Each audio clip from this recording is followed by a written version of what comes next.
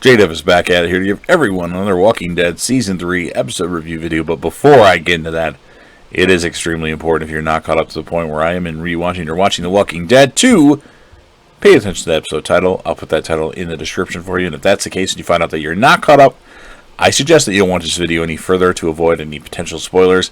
This will be The Walking Dead Season 3 episode number 9. The title of this episode is called The Suicide King.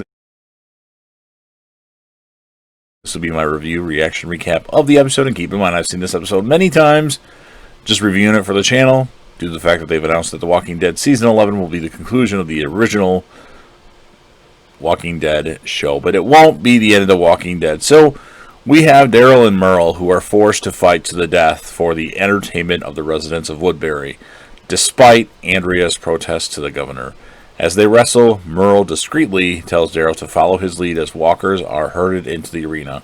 Suddenly, Rick and Maggie appear, throw a smoke bomb into the arena, and help Daryl and Merle to escape through a breach in Woodbury's fence. On rejoining Glenn and Michonne nearby, Merle's past interactions antagonize the group, and Glenn's like, no way, I'm not sharing a bunk with him, no way, and nobody wants anything to do with Merle except for Daryl, of course. And I'm not sure what Maggie's thoughts on that are. And, of course, Rick doesn't want anything to do with Merle based on what he saw from him in Atlanta. So, and it's particularly revealed when he brought Michonne and Andrea there. And Rick didn't know Andrea was there. And then Rick forbids Merle from returning with them to the prison. And Daryl refuses to leave his brother's side and sets off on their own. As the others return to the prison, Rick tells Michonne that she will also have to leave once her injuries are treated. Glenn blames Rick for the failure of their mission, not only failing to bring back Daryl, but foregoing the opportunity to assassinate the governor. Glenn turned into a badass a couple times in this episode, and this was probably a Glenn episode, in my opinion. At Woodbury, the recent events have caused a number of residents to demand that they are be allowed to leave Woodbury, but the governor refuses to listen, bitter over Rick's attacks. The governor is he's kind of in his own world right now due to the fact that he got his eye stabbed by glass, and the fact that his daughter was killed, even though she was already really dead. But when a few walkers managed to enter Woodbury by the breach Rick's group caused, the governor only exits his home to finish the walkers and euthanize a few residents bitten in turn by them. Or they actually, you know what, I take that back. They hadn't turned yet, so they were bitten and they were just laying there kind of out of it, and he wanted to make sure that they didn't cause some issues. And then he retreats back to his home. Now, Andrea tries to coax the governor to drop the matter, but learns from him that he was aware of her friends at the prison and did not tell her, not believing that she supports Woodbury. Now, later on, Milton and Andrea speak inspirational words to the residents of Woodbury about rebuilding and persevering, winning over the crowd, and defusing the internal strife. Now, meanwhile, back at the prison, this isn't necessarily in order. We have Herschel, Beth, and Axel visit Tyrese, Sasha, Alan, and Ben. And they're the last survivors of a much larger group that recently found their way to enter the prison. Carl has kept them locked in a different cell block, unsure of their loyalty, and is waiting for Rick to return to make a decision about whether they can stay.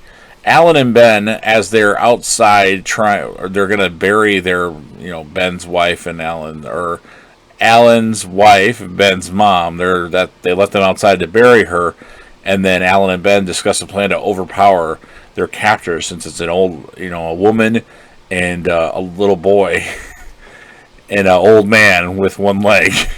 But Tyrese and Sasha refuse to allow this to happen, and when Axel and I don't remember if it was Carol, I don't know, two of them come out and they hand them shovels, and Tyrese and Sasha get in the way real quick and grab them, in case Ben and Alan wanted to use them for weapons. So, but they're still hoping for the best. Now, Rick's group does return, and Carol is unhappy to see that Daryl is not a part of that, is not with them, but finds out that he's okay and understands why he would stay with Merle.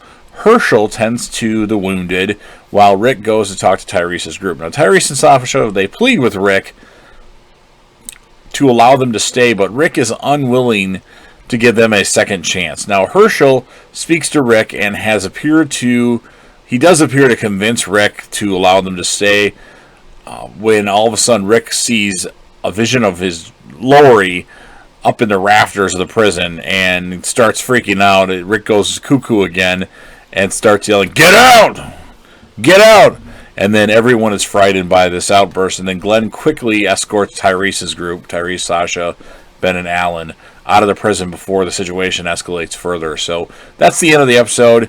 I liked it for the most part, and then the end with Rick seeing Lori and starting to go cuckoo, like, that's a man that shouldn't be making decisions at the moment, but he is. I would let Glenn handle the decision making, because Glenn was the character of this episode. Just there was a Walker kill that he made that was really impressive, and then like his distrust of Merle and that was really good, and I think that was a really good him speaking up, like, there's no way I'm going to share anything with Merle. So I'm going to give the episode an 8.4 out of 10. I thought the stuff at Woodbury kind of happened really quick, and then they like resolved the situation. Well, they resolved getting Daryl out of there and Merle out of there, but like it should have lasted a lot longer, and I think Rick should have seen Andrea and possibly talk to her, but it didn't happen. So I'm going to give it an 8.4 out of 10. Again, I liked it for the most part, just the ending where Rick getting fucking crazy and seeing Lori again. It's not my favorite thing. So you've heard what I have to say. Guess what? It's your turn. So do your best. If you're a fan of The Walking Dead and you absolutely love this series and it changed your life essentially in 2010 when it started to air or when you started watching it, go ahead and smash that like button. If you know anyone else that you think would be very interested in listening or watching these videos, go ahead and share the video with them and let them know that they can share it with other people. Don't forget to leave me a comment in the comment section, and that can be simply what your favorite moment of the episode was, character was, your score of the episode, or anything related. That's fine. That's what it's there for. And of course, last but certainly not least, don't forget to hit that sub button. Subscribe to this awesome channel. Join the team, show your support, and be a part of something special. And JDev will return.